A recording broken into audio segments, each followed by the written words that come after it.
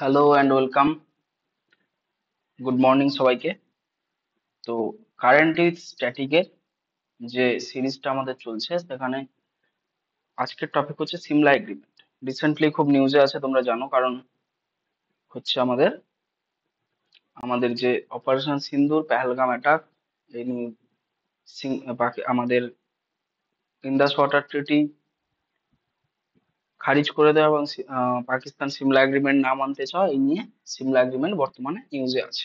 ঠিক আছে, তো what is Shimla agreement, Shimla agreement কেন হলো, এর ব্যাকগ্রাউন্ড কি, সেটা আমাদের আগে একটু জানতে হবে। আচ্ছা, ব্যাকগ্রাউন্ড জানার জন্য প্রথমে আমার জানতে হবে পাকিস্তান হচ্ছে দুটো পোর্শনে ছিল। একটা হচ্ছে এইদিকে পাকিস্তান, একটা হচ্ছে এইদিকে পাকিস্তান। একটা ব্লক ডায়াগ্রাম যদি আমি করি, আর মাঝখানে এইরকম জায়গায় হচ্ছে আমাদের ইন্ডিয়া। ঠিক আছে, এইটা হচ্ছে আমাদের ইন্ডিয়া, পুরোটা ব্লক ডায়াগ্রাম হিসেবে করলে, যদিও ইন্ডিয়াকে খুব বাজে দেখাচ্ছে তার জন্য ব্লক ডায়াগ্রামটাকে আমি ইরেজ করছি। ঠিক আছে, তো ভালো ডায়াগ্রাম দরকার, যেহেতু ইন্ডিয়া বলছি আমি।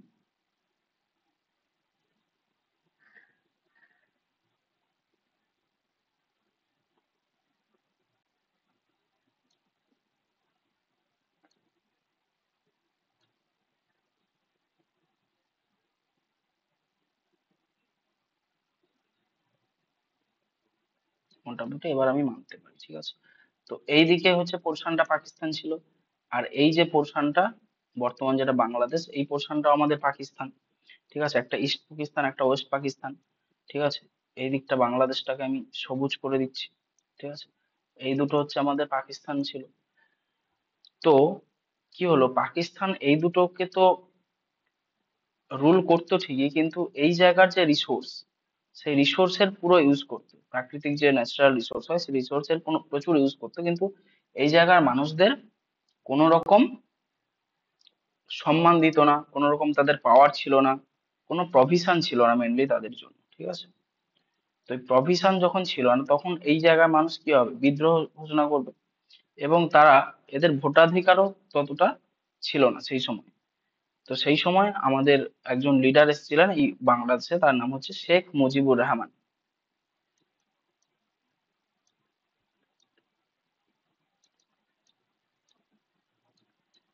এই শেখ মুজিবুর রহমান বাংলাদেশের লিডার হিসেবে উত্থিত হন, এবং 1970 সালে আমাদের জেনারেল ইলেকশন হয় এবং শেখ মুজিবুর রহমান জিতে যান এই ইলেকশন। জিতে যাওয়ার ফলে এবার তো পাওয়ার ডিভিশন করতে হবে, এবার তো বাংলাদেশকে পাওয়ার দিতে হবে, মানে ইস্ট পাকিস্তানকে পাওয়ার দিতে হবে। কিন্তু পাকিস্তান তো এত ভালো মানুষ নয়, পাকিস্তান বরাবরই একটু খতরনাক জিনিস। তখন এরা পাওয়ার দিতে চাইলো না, এবং এই নিয়ে 1971 সালে ইস্ট পাকিস্তানের সঙ্গে একটা যুদ্ধ শুরু হলো। এখানে হচ্ছে শেখ মুজিবুর রহমানের নেতৃত্বে মুক্তি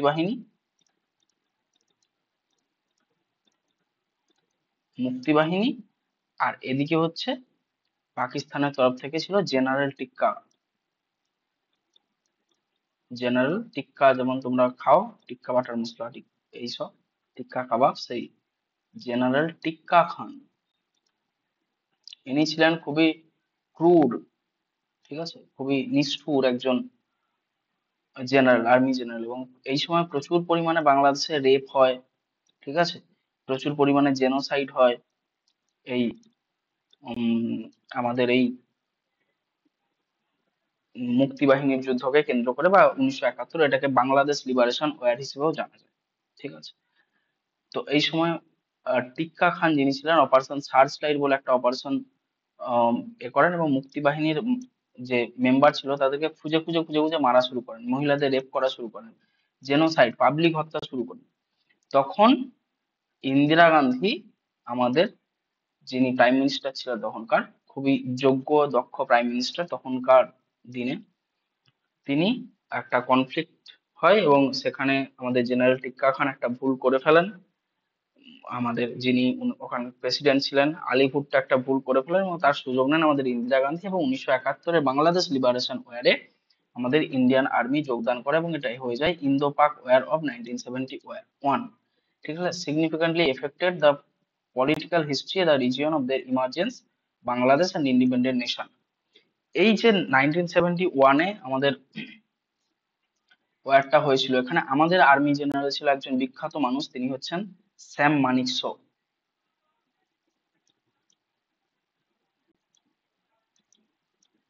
যার আন্ডারে আমরা এই যুদ্ধটা জিতেছিলাম, ঠিক আছে, Sam Manekshaw. Marked by the largest military surrender since World War two, the war concluded December 16, অর্থাৎ ডিসেম্বর 16, 1971 মুক্তিবাহিনী জয়লাভ করে, অর্থাৎ রাদার দ্যান ইন্ডিয়া জয়লাভ করে এবং বাংলাদেশ স্বাধীনতা পায়, বাংলাদেশ লিবারেশন ওয়ার সাকসেসফুল হয়। This conflict it's resolution and the subsequent Shimla agreement 1972, এবং এর সূত্র ধরেই আমাদের সিমলা এগ্রিমেন্ট করা হয়, ঠিক আছে। Prime minister Indira Gandhi announce unilateral ceasefire signals India's intent to restore piece in the reason, অর্থাৎ এই রিজনে পিস আনার জন্য একটা এগ্রিমেন্ট করা হয়, সেটাই হচ্ছে সিমলা এগ্রিমেন্ট। এই হচ্ছে টোটাল সিমলা এগ্রিমেন্টের গল্প, ঠিক আছে। এবার দেখি আসল এগ্রিমেন্টটা কি। এই যে দেখো, ইনি হচ্ছেন পাকিস্তানের প্রেসিডেন্ট জুলফিকার আলী ভুট্টো, আর ইনি হচ্ছেন আমাদের আহ ইন্ডিয়ার prime minister Indira Gandhi. Shimla agreement 1972 was significant on 2 July 1972, অর্থাৎ 2 জুলাই এই সিমলা এগ্রিমেন্টটা হয়েছিল। হিমাচল প্রদেশ, হিমাচল প্রদেশের ক্যাপিটাল যেন Shimla, which marked a significant diplomatic turning point in the aftermath of the Indo-Pak War 1971, অর্থাৎ 1971 এ যে ইন্দো-পাক ওয়ার হলো, সেখানে এটা একটা সিগনিফিক্যান্ট রোল প্লে করলো। কে কে ছিল না, এখানে আবার দেওয়া আছে formally signed Indira Gandhi prime minister, এবং আমাদের পাকিস্তানের কে ছিল জুলফিকার আলী ভুট্টো, ইনি ছিলেন তখনকার প্রেসিডেন্ট। 84 জন ডেলিগেটস কে নিয়েছিলেন এবং সিমলা এগ্রিমেন্ট সাইন হয়। সিমলা এগ্রিমেন্ট কি বলা হয়, আমরা জিতলাম, তাও আমরা পিস, শুধুমাত্র পিস বা শান্তি রক্ষার জন্য এগ্রিমেন্টটা সাইন করেছিলাম। মেন অবজেক্টিভ কি ছিল, to establish durable piece, normalise diplomatic relations, reinforce bilateralism as the guidance principle in resolving disputes, especially Kashmir.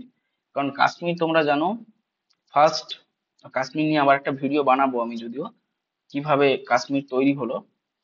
তো কাশ্মীর হচ্ছে প্রিন্সিপাল স্টেটের মধ্যে একটা, 552টা প্রিন্সিপাল স্টেটের মধ্যে, যেটা আমাদের 549টা যোগদান করলেও 3টে আমাদের ইন্ডিয়াতে যোগদান করেনি, তার মধ্যে কাশ্মীর একটা। সেই কাশ্মীরের রাজা ছিল হরি সিং।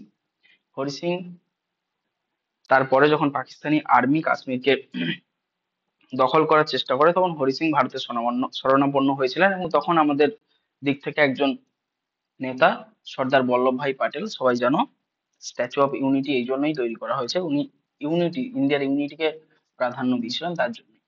তো উনি সেই জম্মু অ্যান্ড কাশ্মীরকে ইন্ডিয়ার মধ্যে পড়েছিলেন। তো তার সেই সময় যে মিলিটারি এক্সপিডিশন, মিলিটারি যে অ্যাকোয়ারেন্স পাকিস্তানের, সেটাই হচ্ছে সিজ ফায়ার লাইন বা এলওসি, যেটা তৈরি হয়েছে।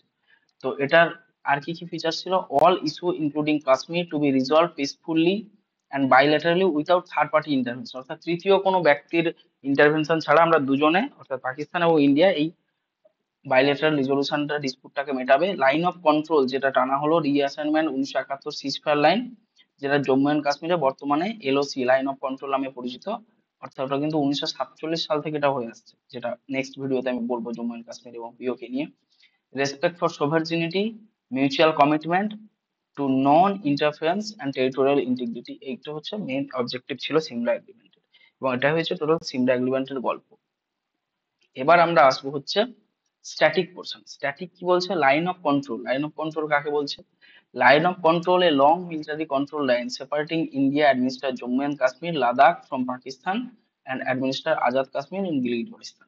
অর্থাৎ আমরা যদি ছবিতে দেখি, তাহলে এইটা হচ্ছে আমাদের, এই যে নীল রেখাটা যাচ্ছে, এটা হচ্ছে আমাদের লাইন অফ কন্ট্রোল অ্যাকচুয়ালি, ঠিক আছে।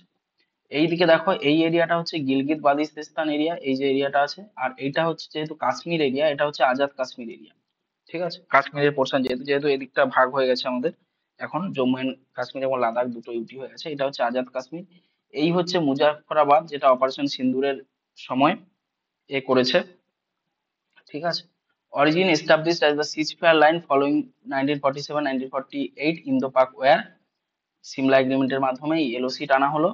Legal status, it is not internationally recognise boundary, অর্থাৎ এটা কোনো ইন্টারন্যাশনাল বাউন্ডারি নয়, এটা হচ্ছে একটা de facto border between India and Pakistan.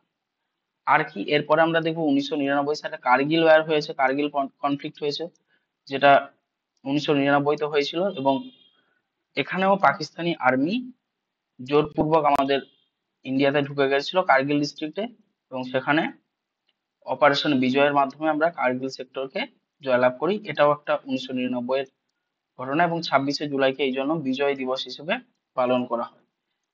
এইটা হচ্ছে যে এক্সপিডিশন, সেটা হচ্ছে operation Vijay, India's military operation to clear Kargil sector infiltrators, অর্থাৎ ওই যে পাকিস্তানি আর্মি যে ইনফিল্ট্রেট করেছিল তাকে পিছনে করার জন্য এই অপারেশন বিজয় লঞ্চ করা হয়েছিল। এবং অপারেশন সফেদ সাগর হচ্ছে ইন্ডিয়ান এয়ারফোর্সের তরফ থেকে এই এই যে কার্গিলের যে যুদ্ধ হচ্ছিল সেখানেই ইন্ডিয়ার military operation to clear Kargil sector infiltration approximately 30,000 Indian ট্রুপসকে হচ্ছে করার জন্যই অপারেশন সফেদ সাগরটা লঞ্চ করেছিল। এটা এয়ারফোর্সের তরফ থেকে, এখানে স্লাইডটা একটু ভুল আছে, তোমরা চেক করে নিও। এয়ারফোর্সের তরফ থেকে এই অপারেশনটা লঞ্চ করা হয়েছিল, এটা অপারেশন বিজয় থেকে গেছে, ঠিক আছে। তো এরা হচ্ছে অপারেশন বিজয় যে মিলিটারি অপারেশন হয়েছিল তাকে সাপ্লাই দিয়েছিল সমস্ত আর্ম অ্যানোমিশন এবং হচ্ছে আমাদের যেটুকু ওদের ভিউ পৌঁছেছিল না সেই জায়গাগুলো ওরা বাই এয়ারফোর্স ডিস্ট্রয় করেছিল, ঠিক আছে। এটা হচ্ছে অপারেশন কার্গিল বিজয় এবং অপারেশন বিজয় এবং অপারেশন সফেদ সাগর আর কার্গিল ওয়ার এবং লাইন অফ কন্ট্রোল এবং তার সঙ্গে Simla agreement. Thank you everyone, জয় হিন্দ।